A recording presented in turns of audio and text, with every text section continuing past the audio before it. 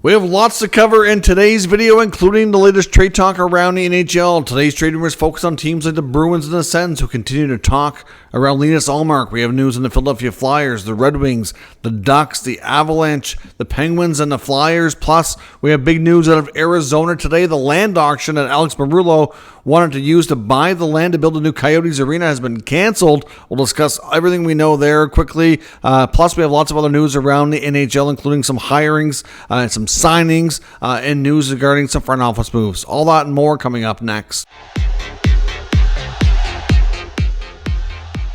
So welcome back to another video here at Top Shelf Hockey. As I mentioned, tons of news to talk about today. Of course, we got Game 6 going tonight in Edmonton. Oilers versus Panthers. Will the Cup come out tonight? It's the Panthers' third attempt here at clinching the series and winning the Stanley Cup. Or will the Oilers force Game 7? The way things have been going, I really think everything favors Edmonton. But some people say this could be like what they call a trap game, and the Panthers could come out and just end it and win it on the road here. And it's really tough to say. I mean, the first 3 games was all Panthers. The last 2 games were all Oilers. We're probably heading for 7, but you just never know. It's really tough to say, but it should be a fun game. Recording this video about a half an hour before game time, so it'll be probably first intermission before this makes it to YouTube. So we'll see how the evening goes. Will the Stanley Cup come out or not? Let me have your predictions down in the comments. Of course, another big news story today. Longtime NHL veteran Andrew Cogliano has announced his retirement from the Colorado Avalanche in the NHL. Cogliano, a longtime pro, at one point was the Iron Man. Remember, lost his Iron Man streak because of a suspension from his former teammate and good buddy George Parros in player safety. Played just shy of 1,300 NHL games, played for a number of teams. Was a top pick of the Oilers. I played with Edmonton. He played in Dallas. He played a bit in San Jose. Long stretch in Colorado. Just your ultimate professional player. Well liked, very well respected. He came in as a leader, veteran leader with the Avalanche right before they won the Cup. I know he became close with a lot of the younger guys. Good buddy Nate McKinnon's. Just an all-around great pro, just well-liked, well-respected guy, hard worker, and has worked hard for everything he's got. Now, he's not leaving the game. He's staying with the Avalanche and will work in their front office. He's accepted a role that'll be comprised of player development and scouting. So good on him. They were willing to sign him by the sounds of things. If he wanted to play another season, probably would have had to take a 1-year league minimum contract.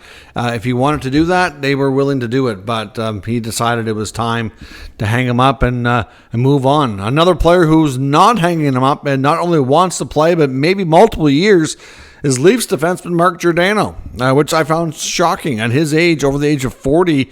And he made comments in an interview saying that he wants to keep playing. And he said a friend of his gave him advice that said, play until I kick you out. And that's what it sounds like he wants to do. To be honest, after watching him play this past year for sure, even to some degree the year before, I don't know that he can be a regular everyday player anymore. I really don't. He's kept himself in great shape. He's a top pro, well liked, hard worker. I really like Giordano's career. I've been a fan of his a long time, but I honestly don't know, and I don't know if it's in the Leafs' best option to sign him again. I kind of wonder, maybe could it be a reunion back in Calgary where he was a longtime captain and abruptly left because of the expansion draft to get picked by Seattle after he wasn't protected by Brad Treliving, the general manager. So I wonder what's next for Giordano, but he does want to continue playing. Not much we know whether or not he gets signed or where will have to remain to be seen. Some interesting news out of Montreal today. Habs AHL head coach Jean-François Houle, who was just extended a couple weeks ago to end of May, has parted ways with the Habs, and it's nothing. When I first seen the news that they parted ways, it's like, what's going on here? He's their AHL head coach, certainly somebody they have a lot of respect for and have done a good job. They just extended him. Apparently, he's got an opportunity to go back and take the head coaching role at Clarkson, and he himself was a player at Clarkson, and it's like a dream job for him, I guess. So as much as he enjoyed what he was doing and coaching in the American Hockey League, that this is something he just feels like he can't pass up. So they've essentially let him out of his contract to go do that. So obviously the Habs are now looking for a new American Hockey League coach. Some wondering about Drummondville head coach in the Quebec League, Sylvain Favreau. Of course, they were league champions this year, went to the Memorial Cup. Pascal Vincent, Guy Boucher, they really seem to put the emphasis on wanting a French coach there. And those guys all kind of meet the category. Plus, they're good coaches too. So we'll see what happens on that level. The Anaheim Ducks today have hired Rich Clune. We talked to him about him being a candidate there. Of course, he was in the Marlies organization with the Leafs, as their AHL farm team as a captain. Long time pro player, a lot of it which was in the minors, but a real hard-working player since he's retired, which hasn't been that long. I think it's only been 1 or 2 years. He's been an assistant coach with the Marlies, and he's now got a chance to go to the Ducks and be on the NHL bench. So, of course, he's taken that opportunity, and they've made that hire official, so that's good for him. The Predators today hired Darby Hendrickson to be on the coaching staff with Andrew Brunette as an assistant coach. Of course, he was a long-time assistant in Minnesota and was let go just a few weeks back after a long time there. So obviously he's good friends with Brunette, so they will reunite. They've been friends and teammates in the past. The Blue Jackets today announced they've signed youngster Yegor Chinnikov. He gets a 2-year contract at $2.1 million. That's a pretty good extension for him. He had a pretty nice season last year. Certainly broke out and seemed like he could be a pretty good player for them moving forward. So a decent signing there. The Senators continue to pick away at their RFAs. Most of these guys have all been your, American Hockey League players for the most part, or guys that might get a little bit of call-up action, but they got another one of these depth players taken care of. They've signed Jamison Rees, gets a 1-year, 2-way deal, and the Canes have signed young defenseman Ty Smith. I thought he would have been a regular NHL player by now, but he's not. He gets a 1-year, 2-way deal with the Canes, making $275 at the American Hockey League level. So obviously that's a pretty good incentive for him. Should he have to play in the American Hockey League, at least he's making a much bigger amount of money.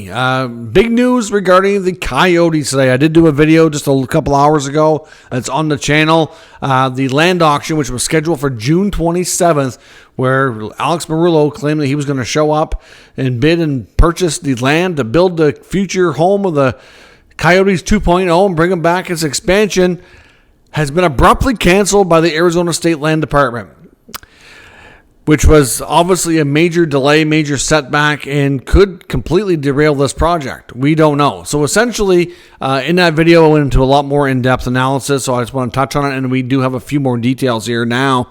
But essentially, they say that he needs to get a special, there's some zoning issues, like a special permit, to be able to build the type of arena that he wants to build there, and they want him to have that first. I mean, Craig Morgan, who I kind of describe as being the authority on this topic, the beat writer or the former beat writer, I should say, for the Coyotes, part of PHNX Sports.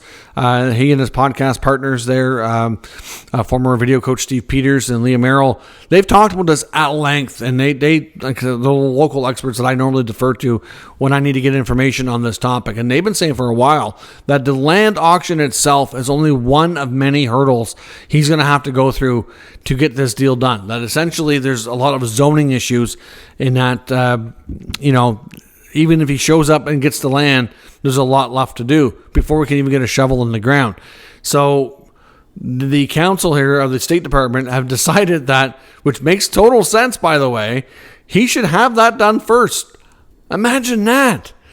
A billionaire who wants to build a hockey arena, who obviously must know some of these things. If the local media knows this stuff, how can he not know that the way everything is zoned for that land right now, he cannot build a 17,000-seat hockey arena? There is provisions the way it's zoned right now for an arena to be built on it, but it's for youth hockey, which would only probably have a couple thousand spectators at most. Oh, I can't believe he wouldn't know this. Or if he did know this, why he's not working on overcoming those obstacles before even buying the land. This guy is a complete moron. I'm sorry to say it. Like, he doesn't have a sweet clue what he's doing when it comes to building an arena and getting this deal done with the Arizona State Land Department. They put out in their statement saying that this is common for them to require this, and that they just essentially don't want to have a situation arise where they put the land for auction, he buys it, and then can't do the project. And then essentially the land sits vacant anyway. It makes no sense. And from his perspective, why would you want to invest millions of dollars into this massive project and not be able to fulfill it? It'd be a complete waste of money. Yeah, you could probably turn around and sell it again, but are you going to get your monies back? Like it's just a lot of risk for nothing. A complete common sense here. Like, just doing everything ass backwards. Like, anyways, I mean, I've seen some more stuff come out since I did the other video. Craig Morgan saying, essentially, one of the Phoenix City councilors says that he should have a lawyer, like a special zoning lawyer, looking after this and been dealing with this stuff. He doesn't have that. What? Like, how can you... you can't make this stuff up. Like, this guy is a complete moron. He doesn't know what he's doing. It's just mind-blowing how this project and how everything has gone with this. Like, I feel terrible for Coyotes fans, but at the same time, like at this point, after how everything went down the way it did with the team relocating, I don't think Coyotes fans want him around anymore. I think they're done with Murillo, and if they want their team back, sure, but they want it under different ownership. And the Arizona Coyotes, for it to exist and be a thriving franchise in a 2.0 type of world, for them to go a second go with this, they need a competent owner who can get an arena deal done in the right location and really build the game with its fan base there. I think it can be done if it's done by the right people in the right areas. I don't know enough about this land to know for sure if it's the perfect spot for the arena or not. Maybe it is, maybe it isn't. I don't know. It seemed to be the most amount of optimism, though, we've heard of the league regarding future arena in a long time. So maybe there's still something to this. But the statement from the Coyotes, all they said was that they were going to be examining all their legal options because of the fact that the Arizona State Land Department pulled this auction with so little notice to the auction time because it's less than a week away. Like, how can you not be working on all these other hurdles and obstacles that you're going to have to overcome before you buy the land? And why wouldn't you want to do that first? It makes no sense. Like, I swear to God, like, we gotta, I can't make this stuff up. Like, it's ridiculous what this owner's gone through. I honestly, I think a lot of people have been saying that they hope that he'll just be like, okay, I'm done. Take his profit that he got from the team and tell Gary Bettman that I'm not bringing the team back. Work out a deal that he's done with it and they can find another owner who can do this properly. Just absolute, cluster, what. Anyways, the bad news, terrible news, and setbacks and delays at the very least for this Coyotes project to get off the ground and for them to have a shot at returning as the Coyotes 2.0 expansion in approximately 5 years. It doesn't look good at this point, to say the least. A couple of UFA updates. The Canucks continue to push for Jake Guentzel. I've seen some reports, which I cannot verify, but I know some people on social media claim that Jake Guentzel himself has been in Vancouver, doing research on homes and just kind of scouting everything out. Doesn't mean for sure he's signing there. Clearly, there's no tampering in the NHL because free agency doesn't start till July 1. But they're pushing for Guentzel pretty hard. They're probably going to have to go north of $9 million to get him done. But that right now is their top priority. It looks that way. They're also trying really hard to move Ilya Mikheyev. They want to move Mikheyev, and hopefully the savings from his contract, they can up the ante for what they're offering Nikita Zadorov, and they would like to keep Zadorov. We know Zadorov wants to stay as well, but so far they're not able to offer enough to keep him there. If they can move Mikheyev, they can bump up that offer and keep him. And then, of course, they got Philip Hronek already signed, so then that would add another pillar back there that was huge for them, and then hopefully they can be successful in their pursuit of Jake Guentzel. But that's right now their plans when it comes to contract. Some were saying maybe Mikheyev might be an option for Pittsburgh. I don't know, obviously, because of the connection to former GM Kyle Dubas in Toronto, who brought him over and signed him there. Had good success there. Pittsburgh definitely needs some speed in their lineup. He is a fast skater. At the same time, though, Mikheyev, since he had that serious knee injury, still a fast skater, but I think it's fair to say that he has kind of lost a step and is not quite the same player that he once was. But a couple of years left on his term, and they're going to be looking to move that if they can without retaining, if possible, as well. So we'll see. I don't know. I know Pittsburgh's been linked to a bunch of things here, so they're obviously not going to be able to do everything, but it could be an option for them. At the very least, that's what Vancouver's trying to do. Ottawa still very much in hot pursuit of goalie Linus Ullmark. The latest intel there says that the Sens are what they call intense trade conversations with the Bruins. It sounds like we've heard from multiple sources that Ullmark is willing to waive his no move to go to Ottawa. That's not the issue. The issue is two things. One, agreeing on the framework of the trade. And I'm not even sure that that's a super big part of the problem, but to some degree, I don't think they've agreed on everything there yet, but some things for sure. But the bigger part we're hearing now is that contract extension talks are kind of what might be delaying things. Obviously, the Senators and GM Steve Staios, if they're going to pick up Ullmark, and they really would like to, and they've really focused on him being their main target here, is that they want to sign him and extend him. He's only got 1 year left at like $5 million, which is a pretty good contract. I'm not sure what he's looking for in his next deal. And for them to extend him is really going to push for them to have to move off of Korpisalo. So I think combination of them trying to either decide on buying out Korpisalo, trying to move him separately. So there's that stuff going on in the background, plus trying to talk to Ullmark's people about what an extension would look like. Obviously, he can't sign anything until July 1, but they can have conversations around what he would be wanting or, what that would look like. So they can kind of get confident, hopefully, to make a deal that they will be able to do it. So we'll see where that goes. But there is some talk that the Bruins are looking, obviously, to improve their depth at center. They certainly want to do that. I believe they're going to be looking for Elias Lindholm in free agency. I know there's a lot of talk on Bruce Garriock's latest article from the Ottawa perspective is saying that the Bruins are definitely looking for centers, and that's going to be a big part of their offseason plan, which I agree on 100%. Makes sense.